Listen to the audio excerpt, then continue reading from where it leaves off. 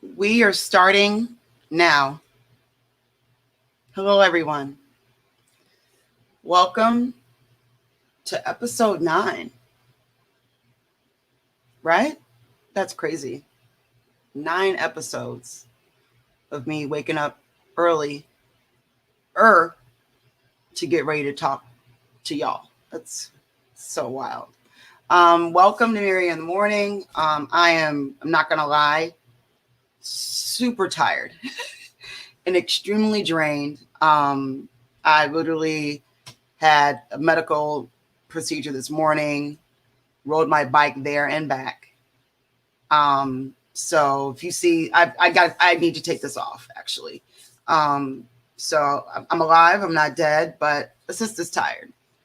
I'm also really tired of y'all just hating on vaginas and making it more known that you're telling on yourself because you don't like good pussy. So the fact that I have to dedicate my show to talking about this doesn't make me excited. It makes me happy to tell you more about why you should like pussy, but it's kind of weird. Anyway, you're here to talk about it. I'm glad we're here. It's a jam-packed show. I hope all of you had a wonderful weekend. I'm sure that you wore your masks like bracelets. I'm sure that you wore your mask as a hair tie probably too. We've already gone over how crazy that is. There's nothing I can do to stop it. Just stop, I'm going to get right into moments of gratitude, and we are going to make it right on where we're at. Owning your desires. I think that what's interesting about the fact that people are telling on themselves about how they don't like pussy, that's good and like free and gushy and amazing, is that I think a lot of patriarchy and the male gaze and phallic this and phallic that, women are taught to not express or own their desires of what they want to express through sexual intimacy or intimacy, right? We're only supposed to keep it under the gaze of doing what men want, pretending that we're orgasming, blah, blah, blah, blah, blah. I'm glad that I own all of my desires and what I want to see within intimacy. And there's various levels of intimacy. But when it comes to sex, I think that one of the things that I'm proud of is that I am very clear on what I like, what I don't like, and what, if I like the person, can do to change that. And I think that everyone should own their desire. Everyone should know what pleases them. Everyone should know what gets them to orgasm. Everyone should know when orgasm really is.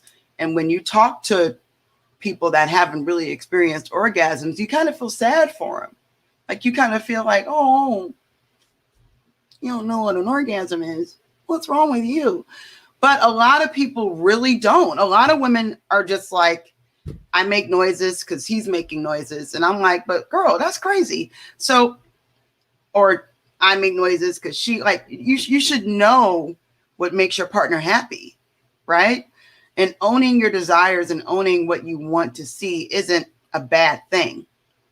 If we talked more about what it is that makes us sexually excited, I think we wouldn't be in the position where we are now as people that know that sex is a part of relationships, or intimacy has various levels outside of sex. But you should own what makes you happy and be able to express it like an adult without making someone feel insecure, or just encouraging someone to feel comfortable about it. So it took me a while to get there. I'm glad that I am there.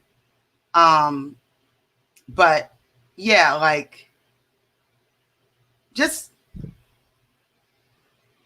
know what makes you happy, especially when it comes to sex, because sex is amazing. But damn, like, giving away, I'll talk about this song. I don't know what to think. That's really, really scary. Let's get into news. So I just want to also go over a couple of things before we bring up Chicago. Black on black crime is not really a term. Crime is crime. Unfortunately, back in the 70s, the Chicago Daily Defender, and Jesse Jackson kept going on this black on black crime thing. White folks co-opted it. It became a thing. The term black on black crime didn't even exist until that time. And if you want to get into the history of the Chicago Daily Defender and the book that inspired all this and respectability politics, like, we don't do that over here. And I just want to make sure that's clear. I also want to make it be very clear that Mayor Lori Lightfoot, I'm glad we have a black woman in a position like that, but the investment into the city of Chicago is not there from a financial standpoint. We have literally watched the projects be torn down in a lot of places, which Chicago was a hubbub for. And by the way, NYCHA is the only public housing facility in the United States. It's the only one, NYCHA, which is why the privatization of NYCHA in New York is very problematic and has a lot of issues, and also why it's underserved, because they want it to become privatized and they want to get it out of being part of city budgets and state budgets. But Chicago has a very interesting history. You know, Chicago's history of being a white utopia based upon some bullshit from the World's Fair in the 18 and 1900s. I think it's within the 1900s. And the designing of it being made into a white utopia, and then the retrieval of that, and then the reignition of that is very problematic. So when you talk about Chicago, I want you to understand that you're looking at a city that racially is constructed to be stratified and designed to be fucked up for black people, because it was designed to be a white utopia as a metropolis. You can research this and see it through history. It's there. I don't do no-tep facts. I just I read books, and I have books everywhere in my other rooms. What happened in Chicago was people were out there getting their Saks Fifth Avenue on and doing their shopping illegally. Michigan Avenue was pretty much just like rocked with a bunch of folks getting what they're getting all across the city. And police presence has been increased as well overnight. Folks was walking out with Coach bags, your cousins and them. You know, we was out there. It's not great, but I am very, very interested in talking about how the economic disparity in a lot of these metropolitan areas when it comes to black and brown presences it needs a deeper analysis than when we just talk about people are looting. We're talking about areas that are not being supplied with jobs or opportunities or anything that would make this less of a need to loot. Right? And also, I don't want to get too deep into it, but I really want to have a conversation around cities like Chicago, Detroit, and Indianapolis, just so people can understand that Midwestern cities and the Industrial Revolution and the addition of black bodies has a whole other layer to it than what you people know. I'm just keeping it real, especially people that are from coastal cities. And also, y'all's President Trump is a liar. So over the weekend, he signed some executive orders for something that he can't even do. So people were getting excited that he was going to be able to hopefully give an additional $400 on unemployment benefits. Congress controls the way that budget situation is kind of laid out. It's in the Constitution. Like, I don't know, y'all. Like, y'all got to read how this is supposed to work. Trump is trying to unravel all of that minute by minute, moment by moment. But, yo, like, this guy is wilding. So, you know, I know that most people want to really be able to like have an extension of all of these items when it comes to unemployment. And, you know, like we're in deep trouble, you know, just like holding off moratoriums and stuff on court for rent that doesn't work either. So for all the states and cities that are like, we're just going to push off rent, that's not, it sucks. It really sucks. I think for me, one of the things that I think about as Trump continues to lie, and as we still don't know if Biden's going to pick a black woman as VP, we don't even know. I don't even know, where is Joe Biden? Is he hiding? Where are you hiding at? I feel like they like bring him out and then he says some crazy stuff and then they put him back to like redo the brain. I don't know how they managing that. This all gonna be a problem. All of it. So I'm gonna get right to what it's scary. But let me talk about vaginas. So my guest is about to sign on. I'm really excited. Wendy is a doctor of the lady bits, gynecology. She is actually very, very, very, very well known for being a black woman that understands vaginas. And she's a great doctor and a really, really big, amazing like woman that even does her own hip hop spin on it, which I think is really, really amazing. So she'll be joining us to talk about vaginas. And then we also have a pussy roundtable, just so you know that that's coming up, sponsored by Tracy Cooper. Now you're probably wondering, how did Tracy Cooper become a sponsor of a pussy panel? I'll tell you how. Pussy is amazing. And also Tracy Cooper respects that. But Tracy has been a long time supporter of me and also a monetary supporter of this program. So I was going to make an ad of like her doing like Oprah's body and her face on Oprah and her doing like the Oprah slant pose. But then I didn't want to get in trouble because then like, I don't want Instagram or nobody saying I'm doing something wrong. I just didn't want to deal with it. But this Pussy Power panel is sponsored by Tracy. And it will feature Naima Cochran, who is a musicologist, music sermon genius on Twitter. Lenice Martin, who is a equity activist and advocate and a lover of the vagina as well. We have Sarah Delgado, who will be joining from the West Coast, and Tracy, who will be talking about the pussy evolved from an elder perspective, but not really an elder, just more like a grown ass woman. Like she's in the age of like being like in her 50s and not being like ridiculous and saying old people stuff. She's amazing.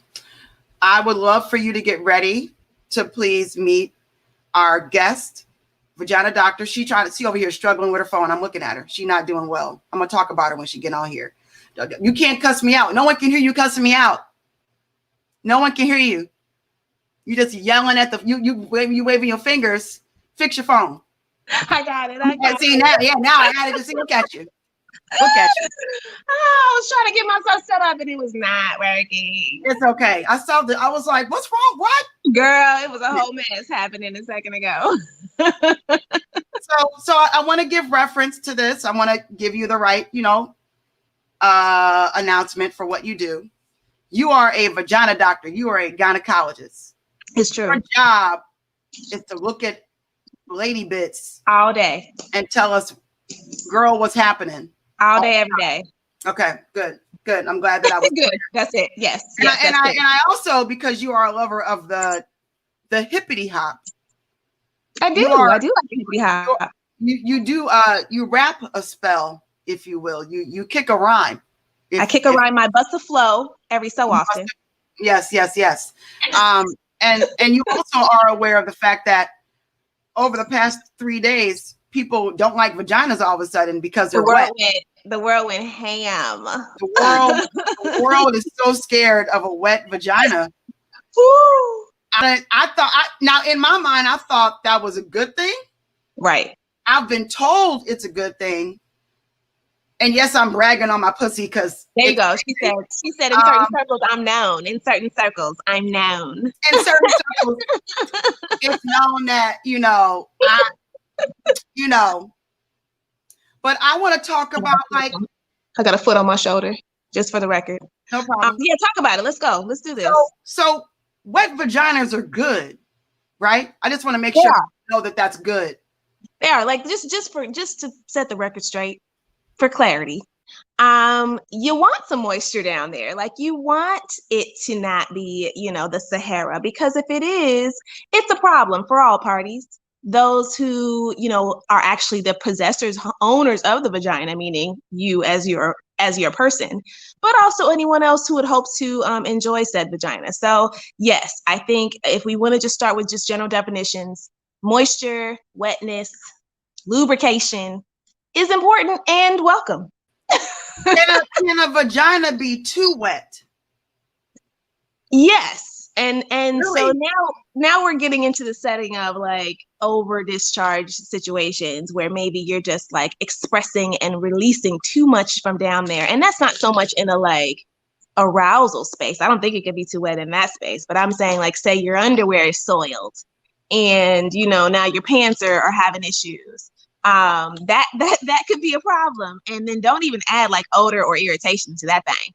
But I don't think that's what we're talking about. So in the setting of general arousal, I don't think that you can, some people have asked me in my, career, what if I squirt, or what if there's too much? Like, is that okay? And I'm like, well, as long as it's not like urine, if it's just your body producing endogenous lubrication, I don't see a problem with that. You just kind of have to own it, I guess. So I have a question. I think that the idea of women understanding what the vagina, and men, everybody. Yeah. What can the vagina do that people are missing that is an extra additive of arousal, right? So, people are like, yeah, vagina's wet. That's really good. Squirting, is that real? Like, squirting, is that real? The G-spot, is that real? I would love to kind of like give you the floor to help people understand what they missed in school because they don't know how to make the labia a part of the experience. There's a lot of things I'm realizing people missed in this. In this WAP outrage. Yeah, and you don't really learn that in sex ed necessarily, like these things. One thing that I did like about Cardi, my friend who I don't know, but I have become her, embodied her in many occasions in my different raps. She mentioned Kegels, which I was like, yes, don't ever bring in some real legit like medical stuff. I was feeling that. I was like, go ahead, sis. Kegels are important. So that pelvic floor muscle, hey, Tracy, that pelvic floor muscle that you're using to hold in urine, or to not release gas when you don't want to, that's that same muscle that's going to make that orgasm like really nice and strong. And that's also a muscle that you can contract during intercourse in order to actually improve arousal for yourself and your party. So, and I say party, the other person or persons, do your thing. So, that's important. I think the Kegel muscle is something that is underrated and underutilized. That's what I know people, I've used Kegel. I mean, you actually naturally do a Kegel when you're squatting. So like if you do squats, if you do Kegel balls, I've done all that. If you've done, just Kegel exercises, like you just on the chain, just like doing Kegels. I've seen like no-teps create things that are not good ideas. Like, what are the best? You talking about like balls and stuff and different things that you put in there? Is that I've done the balls. I've done the black obsidian yoni egg. I've done it. I mean, in out, bop, bop. Like, I pop. It's fine.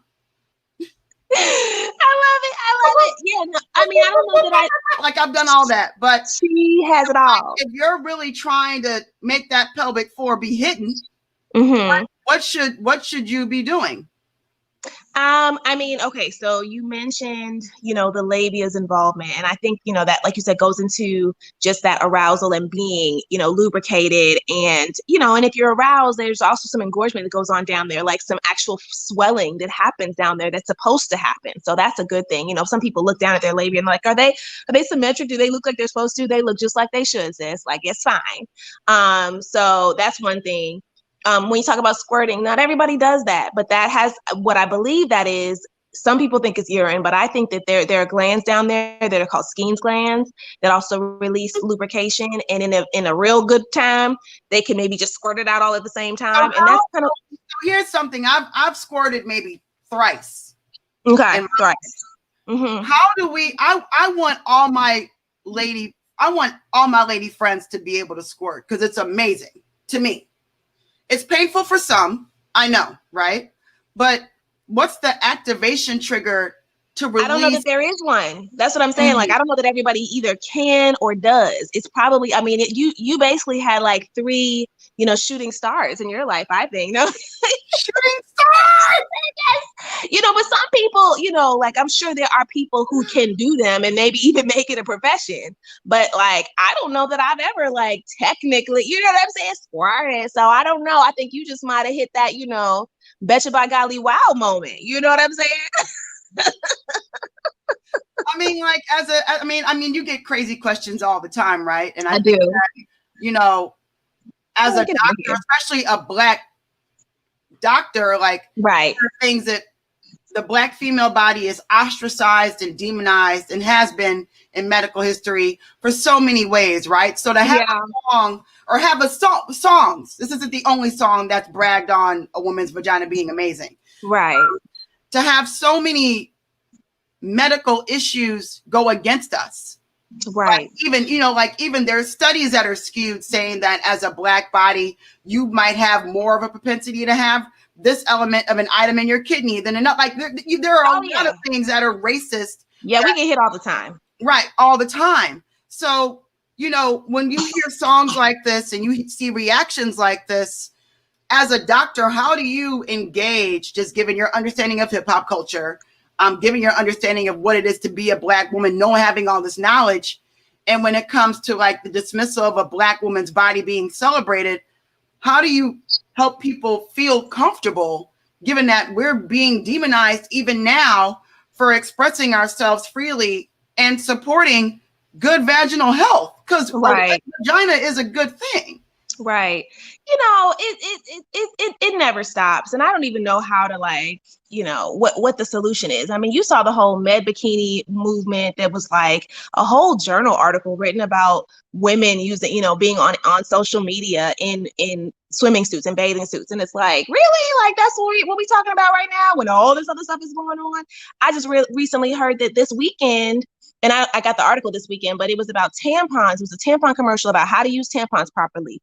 And it was pulled because it was like too, graphic. Meanwhile, it wasn't graphic at all. It was really just informing people who maybe need to know how to use a tampon, maybe don't want to, maybe have never heard about it, how to use a tampon. Like, we're doubly hit because we have melanin and vaginas, but vaginas get hit all the time. And it's unfortunate. And I think that the best thing we can do is speak out on it.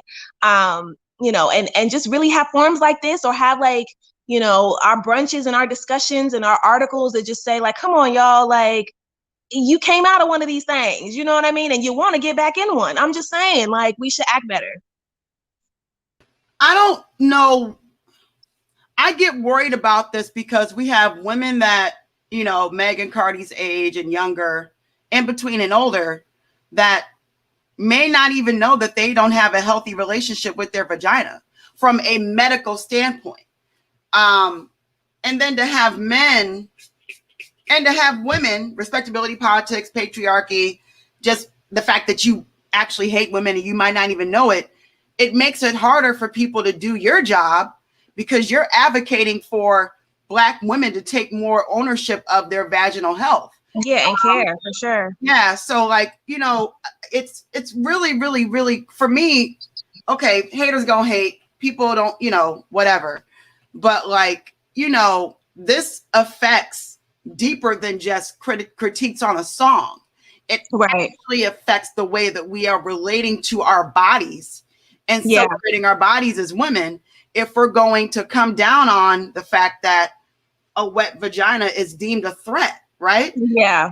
So I mean, like, fibroids, all the other things that attack cervical health. Yeah. Yeah. Like, I think that what I just would love for people to understand, given your gaze, is that as a medical professional, this is a good thing. But there are things.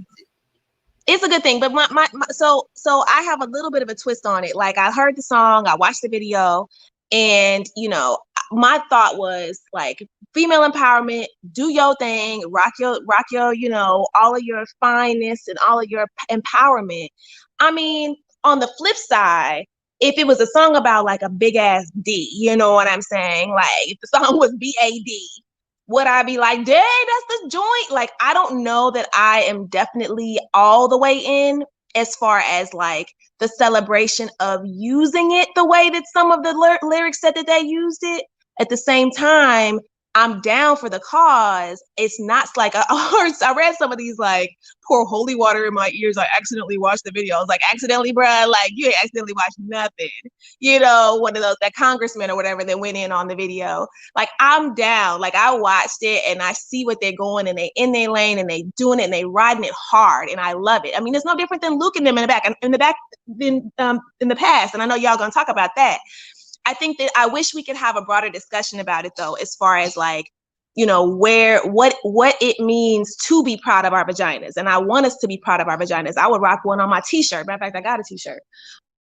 You know what I'm saying? And like, but what that means for us and what direction that takes us and what choices we have with it. I wish we could really like dig deep into this conversation more than just, is it appropriate or not? Should it be pulled or not? You know what I'm saying? Like, I don't know. Maybe I'm too deep on it, but I just feel like it's a broader discussion. No, it is. I mean, like, I just want people to know that outside of a vagina being wet being a good thing, when should people really, and I think even the age gamut, right? Because there is the dry vagina moment. Yeah, right? yeah, there is. It's called menopause. Menopause. Okay. What if you're experiencing that outside of menopause? Yeah. And what and even there's ways to improve it on both sides. So there are definitely ways to increase long-term vaginal moisture on like with additives, like you think about lubrication for just like sex, which you can use in the moment, but there are long-term moisturizers that you can put in the vagina that would last for 2-3 days. Some people, need to check their hormones. Like, is your thyroid cool, sis? Like, are your other hormones doing what they're supposed to do? Like, so what I don't subscribe to is anybody who thinks that their stuff is not wet or not enjoyable or even uncomfortable walking around thinking that's just normal. That is not normal. And even once you get into menopause, we can improve that. So be confident, empowered, prepared to come and talk to me or anybody else that's a healthcare provider about how to improve that, because you should feel comfortable. And if you don't feel comfortable with your gynecologist, you need a new gynecologist. How do you create a good relationship with your gynecologist, given that, like I try to steer clear from dealing with white male doctors, honestly. I steer clear of white male doctors.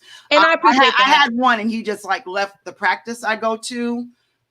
Which sucks, but he was young and he was open to like understanding the ECS and all of that. But how do you know that you have a good relationship with your gyno, and how do you know when it's bad? Yeah, and I can subscribe to your sentiment as far as wanting to be with somebody who feels more comfortable with you. And I've definitely known many a doctor of all races, ethnicities, genders who've been cool, and some who like sisters, and I'm like, you ain't cool at all, sis, But I think that just ideally, and I don't think it needs to take years. I think, but like establishing an ongoing relationship. If you can make an appointment with that same doc, if you're going to a clinic and it's a bunch of different people or nurse practitioner, if you can see that same person a couple, 3 times, I think you can develop that rapport, that comfort. They know you, they know who you are. And then maybe if you felt like there was a little bit of a barrier there, that you can feel a little more comfortable talking openly. Some people come to my office first day and they're like, look, we got some stuff to talk about. I'm like, let's do it, but that's me. Like, I'm like, if you are uncomfortable here, you don't need to be here. You need to be comfortable is my point. So, but hopefully that could be something that you just establish in time if you don't feel like that at the beginning. And I know you got to get ready to go to work. It's 8:30 in your world. Girl, I ain't got to go nowhere because Chicago went ham last night. And that's why I was struggling and rushing. So, did you see this? You're actually back home. So, because Chicago's my second home. I would love for you to just break down, because I was mentioning in the beginning of the show, like the dynamics of Chicago. Yeah. It's not, I get mad when people try to talk about that city because there's so many things that have occurred in the city before this moment. Yeah. That led to this. Going on. Now it's boiling over. Can you share from a real person from Chicago there? Like, I know your husband is too. Please tell Etta said hello. Like, I will. What happened? Well, what's going on? What's happening? What I know what I know of what happened is that a young Black rapper was killed earlier this week on Oak Street. Maybe this weekend, but maybe earlier in the week. And last night around 2 a.m, hundreds of people congregated downtown on the Mag Mile, which is actually where I work, on Michigan Avenue, and like destroyed, like busted up stores and restaurants and stuff like that. I have a love-hate relationship with my city. Mostly love. Like, I literally am like, my people, what we doing? Because I love Chicago. I talked to somebody not too long ago. They were like, can't you just not stand your city? I'm like, I love my city. Do not come from my city. Do not come from my city. But at the same time, I will fight somebody who talks. I'll fight somebody over Chicago. I will fight. Now. But why can't I go to work right now? Because the streets are shut down, because we got together and busted up Nordstrom. Like, what did Nordstrom have to do with homeboy who got killed? At the same time, we need to do better also from a police and person relationship. Like, our schools suck. Our relationship with the police sucks. Yes. Every time I see police lights, I'm one of those people that's like, are they coming for me? Are they going to pull me over? Like, I feel like that. And here I am, like, board certified OBGYN, and I don't want to encounter the police. So we need to do better on all fronts. I don't want to completely go in on my city on what happened last night, because I need to know more information, but I'm also not going to work right now. So there. Well, I want you to be safe. I love you like a sister. I love your whole family. Thank you, my friend. You too. I hope everybody's okay. I want to bring you back to talk more about gynecological care when it comes to menopause and also motherhood and women. I'd love it. We have to normalize this conversation. We do. And I don't, beyond people that are telling on themselves that they are mad at women with vaginas and don't recall musical history or context. Listen. Or when the door closes, they want every last one of these chicks that they with to be twerking and doing everything else that Megan and Cardi was doing. Don't even try to play. Don't even. You know what I'm saying? But when you don't have ownership of the female, when you don't own it and you can't control it, you say crazy shit, which is what's happening now. Thank you. Exactly. Of course. Your energy. I know that I will see you again. Be safe. Yeah. Thank you, my friend. I will be. We gotta pray for our Midwest cities. There's a lot more caught up in the magic of what's going on than we know. So right on. All right, my friend. Thanks so much for having me. No, thank you. I'll talk to you soon. Sounds good. Bye. Bye, sis. All right. The moment that you all have been waiting for. Pussy Power Panel. Sponsored by Tracy Cooper.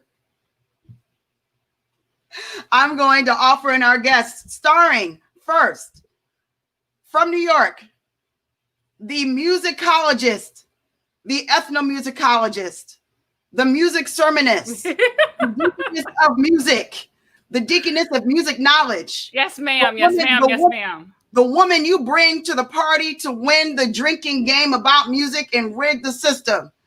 Naima Cochran. Good morning. New York's own, the musical historian. I'm so glad she's here. She's going to remind y'all that y'all was twerking to Luke like it was no problem because y'all have forgotten and you're lying on your dicks and your vaginas. Next thing, we have Sarah Delgado, New York's own, promoting Aragoon. Hey, what's going on? Up early. And Sally. A mother with a vagina who loves it, here to talk about the mothering perspective of why it's okay to advocate for this vaginal time in musical history. Thank you for being here. Next, Lenice Martin, also from New York, living out in the West Coast, an advocate for the vagina as an owner and a lover of said vaginas. You were like, yes. Yes. Indeed. Here to give the context of acceptance of said vagina and also the understanding of a lot of the nuances in this song that advocate for sexual freedom when it comes to the fact that Meg is definitely bi. So we're gonna cover all of that here because vaginas are for everybody. Yeah. And then our sponsor, a deaconess in her own right, a media expert. She worked at Black Planet when we thought that shit was hitting. She helped it grow She worked at BET before we knew it was too niggerish. And now she teaches white folks how to sell these pharmaceutical medications with a steady check and takes care of her mama. Good person, and our sponsor, Tracy Cooper. For the vagina. For the vagina. And also a vagina advocate in her own right. As a woman that has one. She's seasoned, but not too seasoned, but remembers that all y'all are lying about the fact that you didn't like dicks and vaginas back when it was hot. And it's still hot, by the way. Thank you for being here. Even in menopause. Even in menopause, the vagina still. Menopause. So right. I'm going to start off here.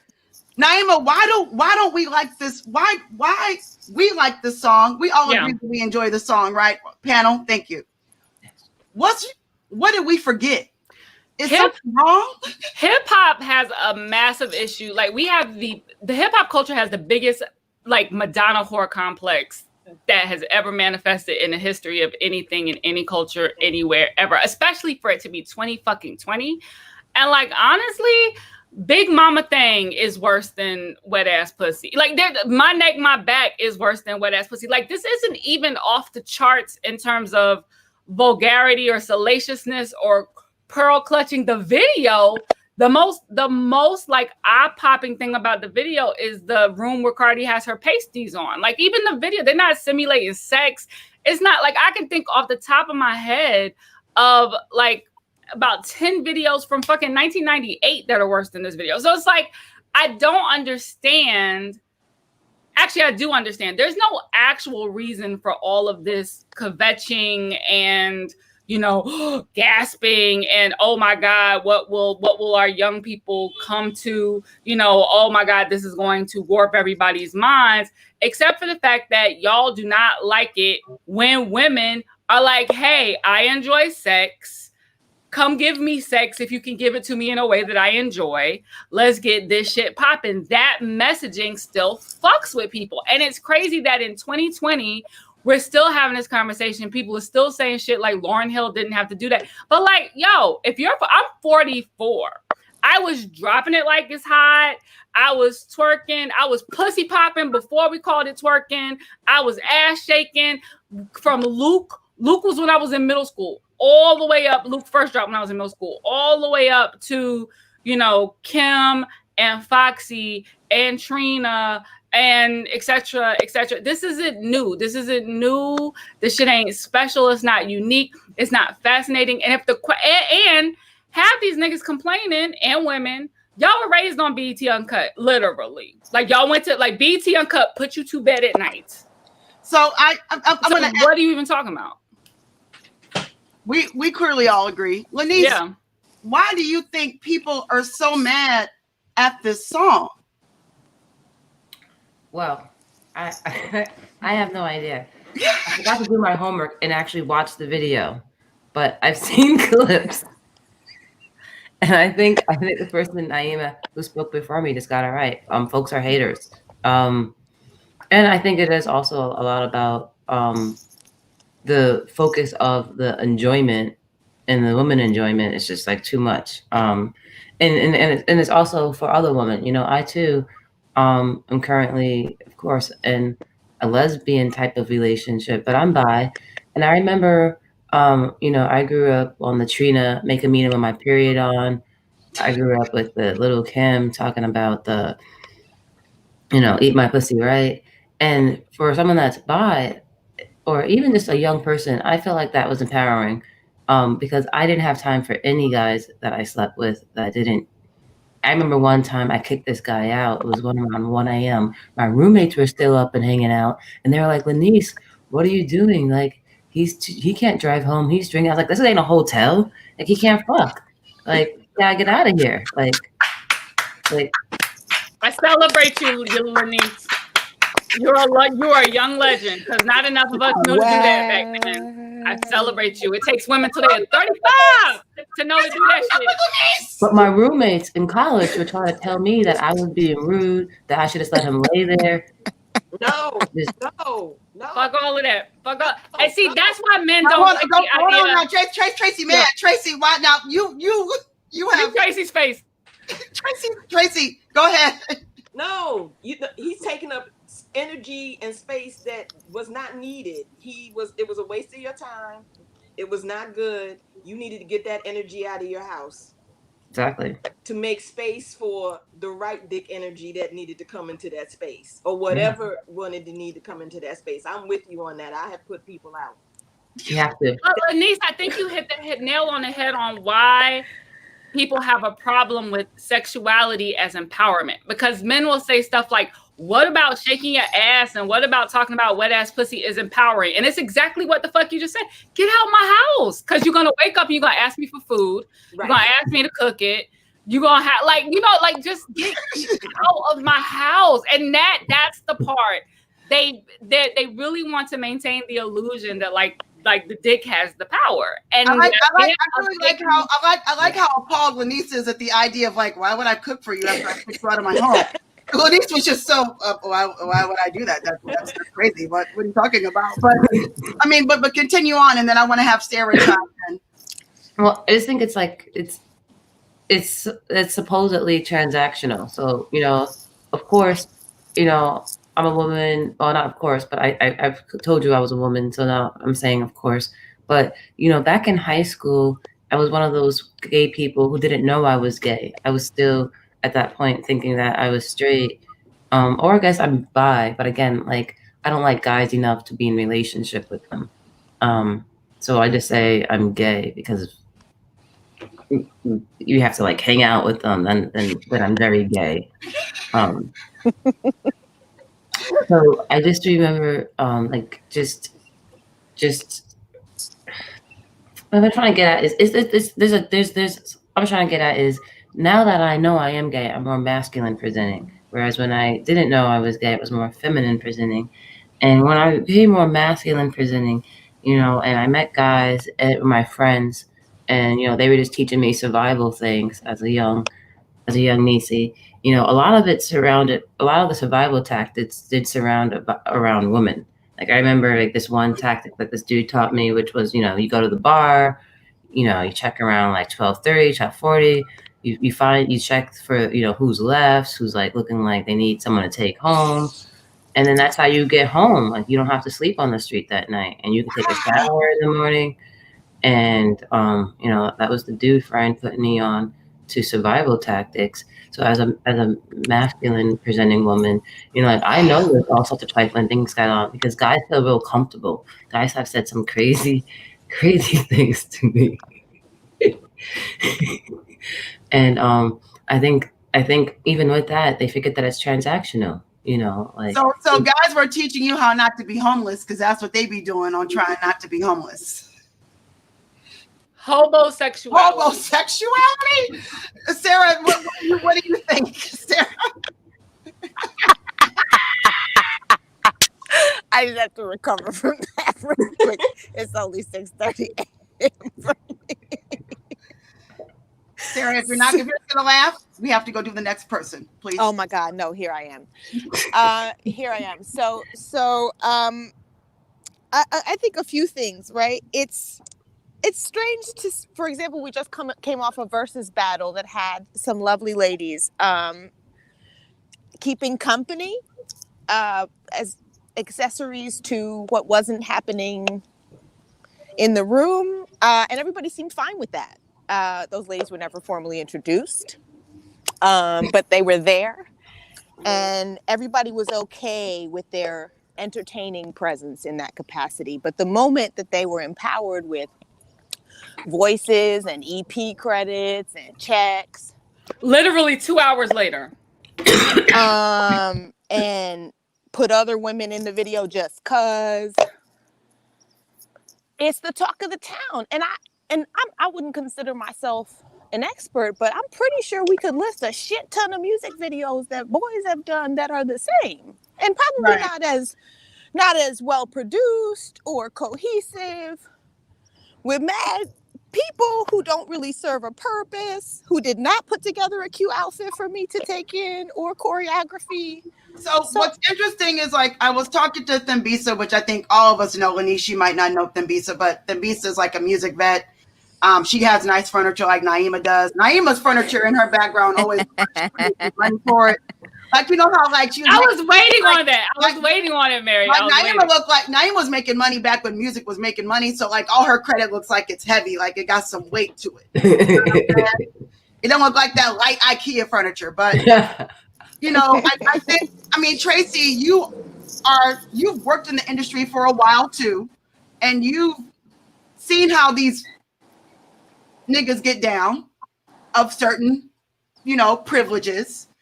And it's interesting, Thabisa and I were talking about this. It seems most of the respectability politics and the hate are coming from men of a certain age, from a certain era of hip hop.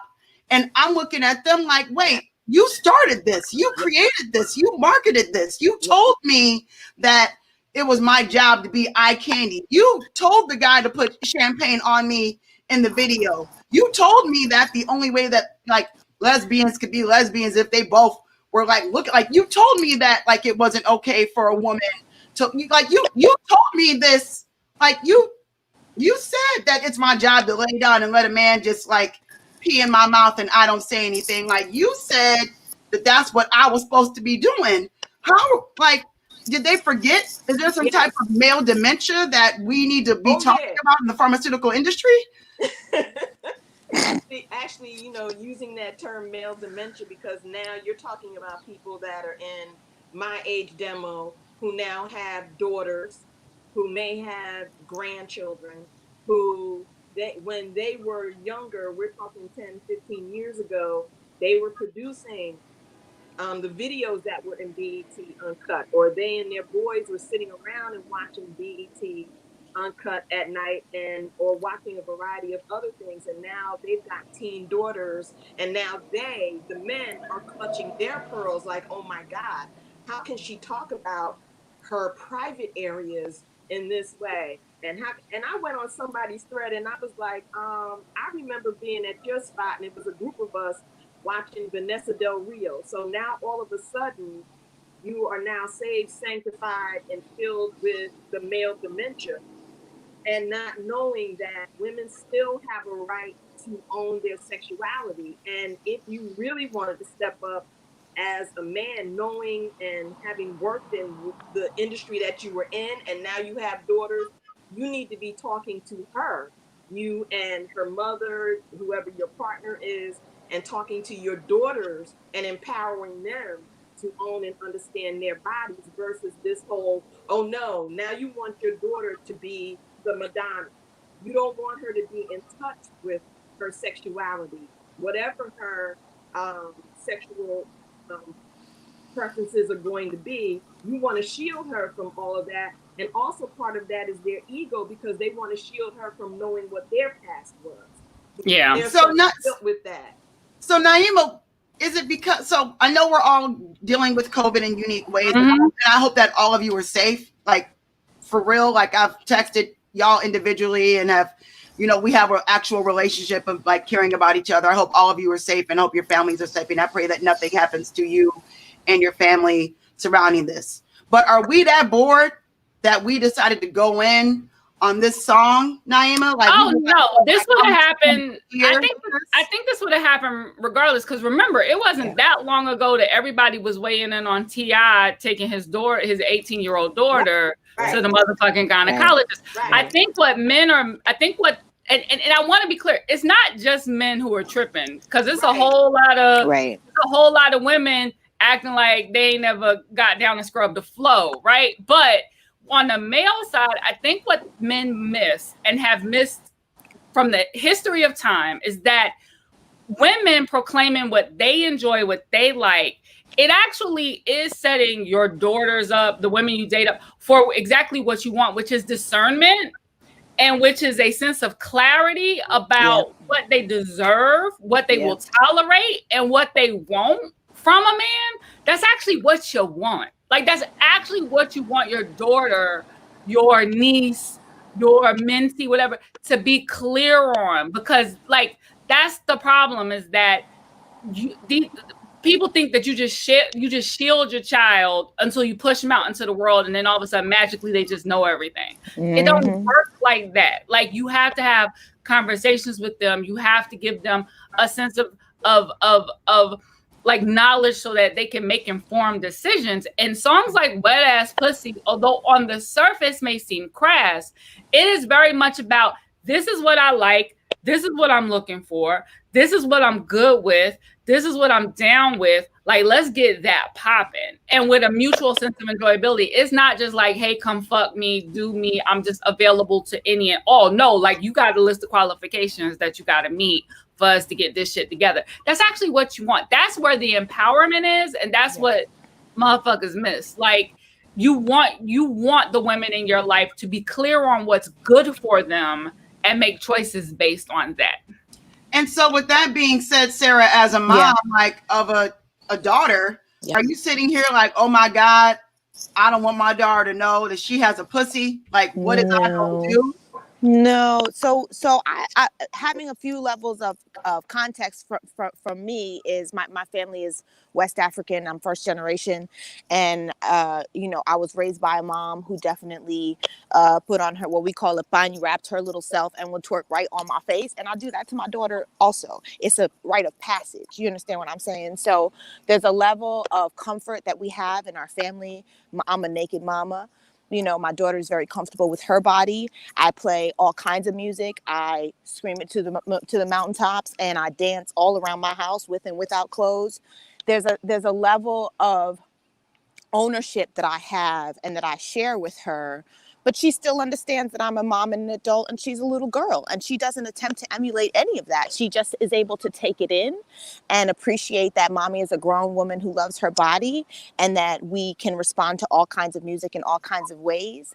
And we never talk about it in a disparaging way ever. I always make sure that she has comfort. We don't talk about it sexually either, other than to give her context. Her body is just her body. We live in it, and we you know, respond to rhythms in the way that makes sense and that feels natural, and we don't dwell on it at all. It's not something that we even talk about. We just live in it. And whenever she asks me questions, we'll discuss it, but it's not something I don't even face her with a lot of what that shame is in public. She doesn't even understand it to a certain degree, because she's 9, so we haven't even talked about, other than the conversations you have about boundaries with the doctor and who should and shouldn't be touching and looking at what. She only knows her body as her body. It is not, we've started to broach sex. The issue of sex has come up, and we've had our own version of that conversation, and we've talked about what's coming soon. She got the little, coming in. And so we've talked about what's going to happen and how she's going to experience her body differently. And that's it. I just don't even subscribe, because we blast all of it. You know what I mean? I would say my partner is a little bit more selective about what he'll turn down or switch out. I personally do not. I don't filter anything. I want her to understand that there are a whole bunch of different ways that people receive their bodies and perceive other people's bodies. Period. That's not going to change because I teach her different. That's important. I would love, Lanice, for you to dive into this, because it's interesting that you shared this, and it's also really, really clear that there are way more women in rap that are MCs that are very, very clear in talking about bisexual themes in their music lyrically. And it is what it is, and it's accepted. And there are relationships that are actually being generated within that construct that are being missed when we talk about like how sexually fluid and free a lot of music has become, not just within sectors of women talking about it, but men talking about it too. But I think the thing that you brought up that was really intriguing is that men were telling you how to treat women as a survival tactic with the homosexuality, which we always talk about as women that is wild in general, no matter what our preferences are. But it's like, in this context of this song and in the context of music in general, because you're a music fan and you've listened to music all your life, music has been telling us about how to treat women negatively for a while in the hip hop space, right? So, I mean, like, how do you see, just given the fact that men are trying to tell you what to do on how to treat women, like, that's so unique to me that you don't understand what I'm saying? Like, can you dive into that a little bit?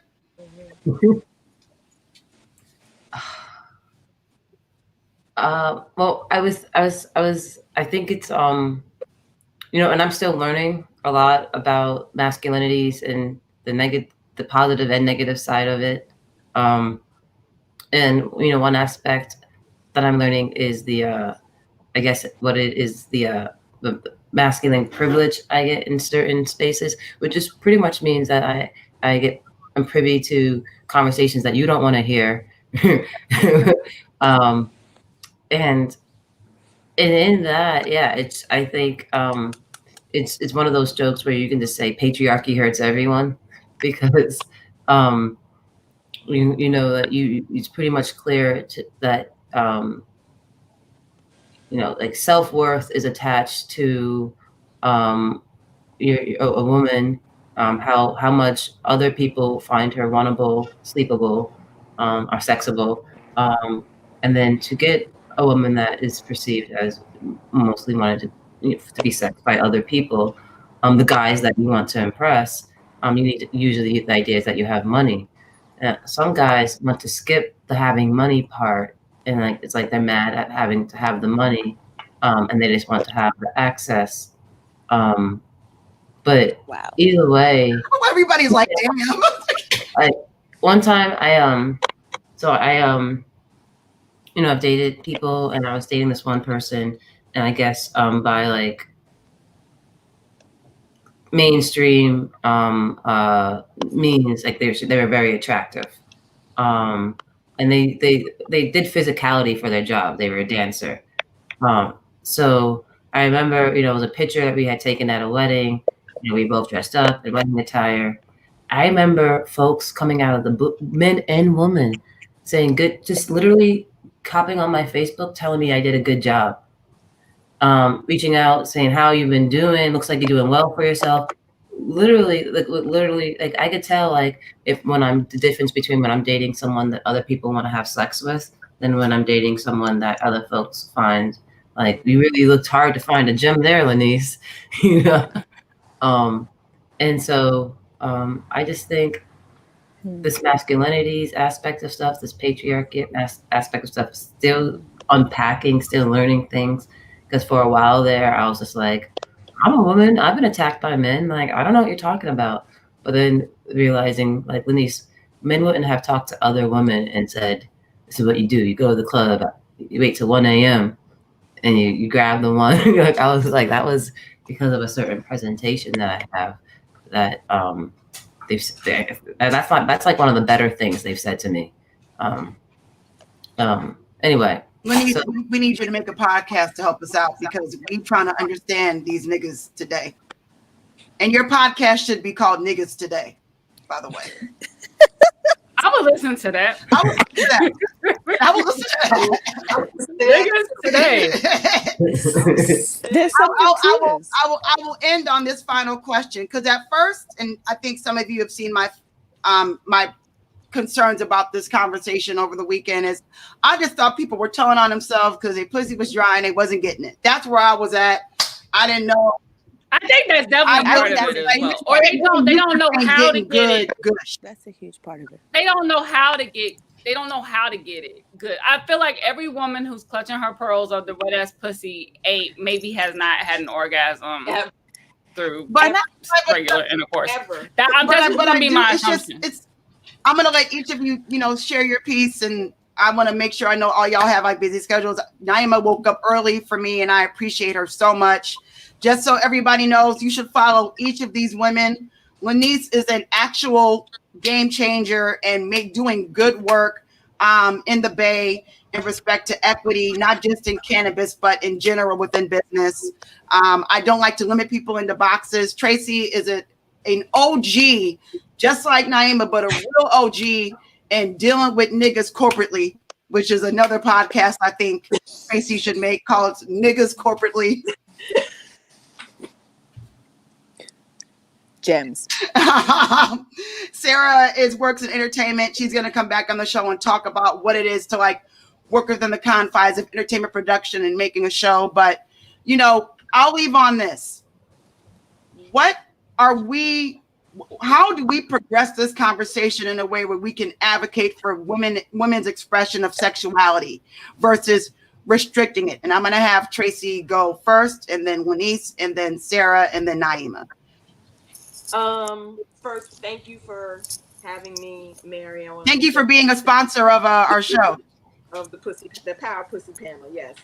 But and also I want to thank Sarah for what she shared about how she navigates these conversations with her daughter. I appreciate you sharing that. And Mary, to answer the question, I think that's part of where we start. I think back to when I was 9 years old. My mother and my aunts gave me a set of encyclopedias called The Life Cycle. That, and this, we're going back to the 70s, y'all, but I still have those encyclopedias now, because what it did was is it talked to me about my body. And any question that I had about my body, I was able to ask my mother and any of my aunts. The book talked about menstruation, it talked about menopause, it talked about masturbation, it talked about all of that. And I think that these conversations, particularly in the circles that we have, you know, you have to be familiar with your body. Dr. Wendy said that too. You know, I don't think women, we don't take the power that our bodies have. We don't take the power of having a wet pussy seriously, because it's not just from the sexuality, but it's also healthy to have one as well. And as you get older, you will learn to appreciate that and the things that come with making sure that you can maintain that. So I think where it starts is those open conversations amongst women, but then also having similar conversations about body politics with the men in our lives, and also with the young men in our lives too. Thank you so much, Tracy, for chiming in. I appreciate your time. And Lanice, you have whispered a word into everyone's heart that we've always known about homosexuality. But what do you think? Off top, I have no idea. I do feel like we have to do better, especially you know, for the kids, young adults coming behind us. I remember just, you know, like listening to elders speak, or like listening to that song by that lady, and then it starts off with like her mom yelling at her, like, I know you're not gonna sing that song. And you know, it's a good beat and everything, but it just puts the context of sex and engaging in sex in such a negative space. And it always puts it in like a ownership that it's sum zero, that there's a winner and a loser, not that there's two winners. And I just think that really, with that like traditional like war style mentality, like even with that song, I beat the pussy up, like what does that even mean? Like, and like what grown woman really wants that? But yeah, so I just think there's just like, you know, a lot of male influence in the narrative of the sex, and I think it's not about the sum zero aspect. Not enough people are taught genuinely to look forward to pleasing your wife and to look forward to pleasing your husband. It's just like it's more like a duty or something. I don't know. I got all sorts of weird messages that I'm obviously still in therapy unpacking. So I say do better, just a little bit better. Thank you, Sarah, Mom. I'm just gonna keep on celebrating the revolution. You know, I think it's beautiful. I just realized there's no men in that video. Maybe that's why they were mad. I don't know. They're I love it. For me, I've been celebrating Cardi for a long time, and all these other women that she's given this beautiful platform to, because there's something so unapologetic about her. And the richer she gets, the more excited I get, because the level of power that she walks around with now is really. And she's also in the religion. Right. And just, well, meaning I mean power, not just, I mean, there's love. I mean, that helps. To me. That helps. She owns her body. She owns her culture. She owns her spirit.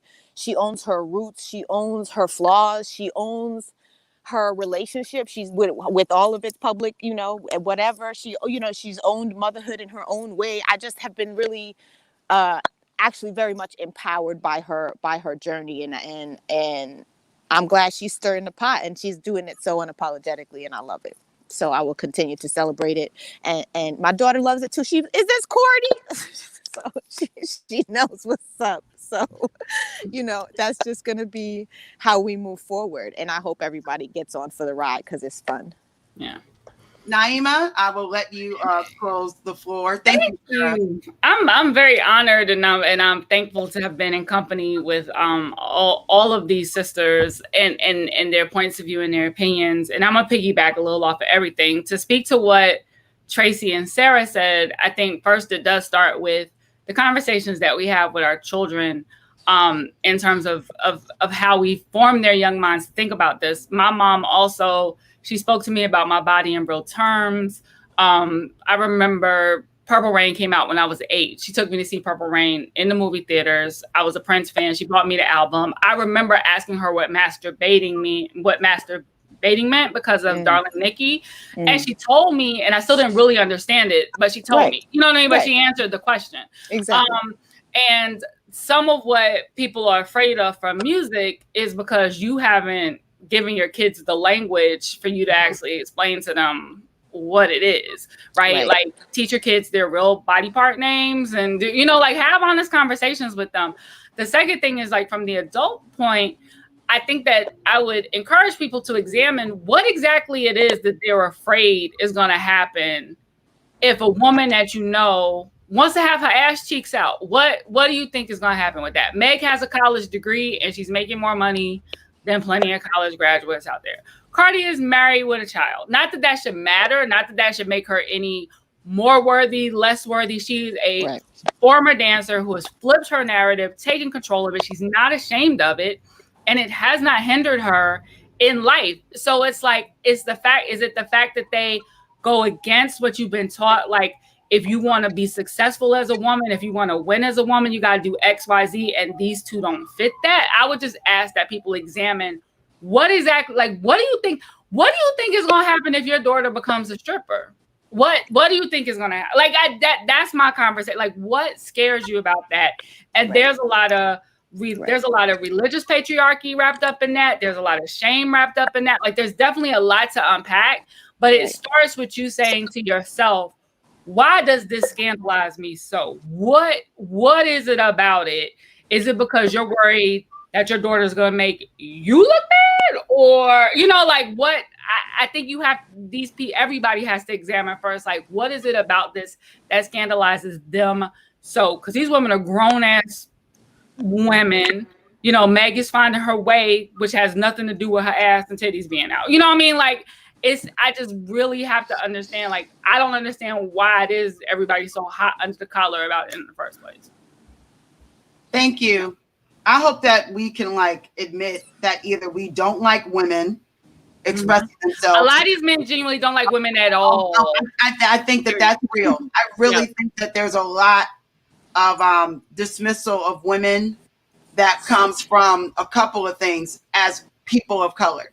One, the witnessing of a lot of what we call leadership being killed and murdered in front of us, the constant reminder that we are being killed and murdered in front of us, the drug war, the Vietnam War, the residue of that, prison culture, rap culture, the culture to always just don't like women no matter what, to control women's body parts, to not really study women. There's a lot that puts a lot against what it is to just be a woman. A woman with a job is seen as a threat. A woman with a job with making more money is intimidating. This issue we have with women doing things is wild. So I hope that people can take a deeper analysis as to why are they offended? Why can't a woman just be a woman? Why does it if a woman is feminine presenting or masculine presenting, or if she has a certain energy or that energy, it doesn't mean that she's not a woman. There's a lot. I think we can all kind of have to continue to sit with, because it's our job to sit with it, because patriarchy says that we have to do the work of other people's shit all the time. So thank you. All of you are amazing and powerful. You can follow all of these people across whatever. They might not want to talk to you though. So just because you follow them doesn't mean that they're going to want to talk back to you. I just want to make sure you're aware. Lanice might cut you So funny. out. Tracy will cut you out. I know that for sure. Sarah will block you, and Naima will block you as well. So I'm just letting you know, just because you want to have fun, like you follow them, but don't bother them. You know, figure it out. Thank you all for joining. Have a beautiful day. Thank you, thank you, thank you, thank you, and thank you. Y'all, thank you for staying on. We definitely went over time. I tried to keep this 40 minutes. I didn't. Don't judge me. I really do hope that you learned something. I hope that you are able to donate continually to this, and you can become a sponsor in your own route, just like Tracy was. Donation information is below. I really, really, really pray that y'all are safe. You're wearing a mask. Stop wearing your mask as an earring. COVID is still real out here. Please tune in Chloe Across America tonight at 10 p.m. Chloe is focusing on health matters this week. Tomorrow, my show, I kind of get inspired and schedule it based on how I feel. So I'll come out with a schedule soon, but this is my 9th episode. I'm open to critiques. If you're going to critique, please be constructive. Don't just be like, I don't like your braids or some shit. I'll cuss you out. I'm from Detroit. Bye.